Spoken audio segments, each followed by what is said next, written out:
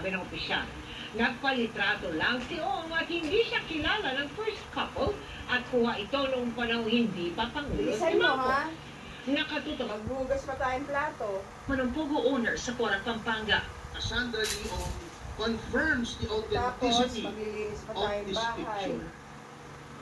Sabi niya, ang nakikita niyo rito sa picture na to, talagang nandyan at the same Magpapalengke time pa at tayo, this place pagkatapos, and on that date luto tayo with ulam. President Marcos and Okay? First Lady Lisa Marcos. Okay. Dagdag pa ni Topacio, This picture may hold the clue as to why Pogo operations, Bakit especially ka illegal nagtatago? Pogo, multiplied during Alam niya, the may time of video eh. President Alam niya. Marcos. Hey! Because Ano ginagawa mo, Dani?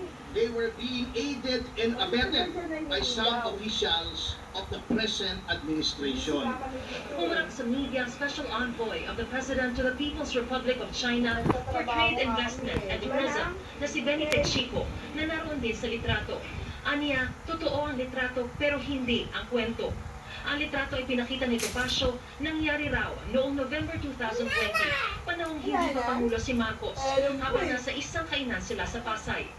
Dito raw may humiling na magpa-picture sa mag-asawang Marcos. Diba? Pinakilala yung restaurant owner na hindi din naman alam namin kung sino humingi ng litrato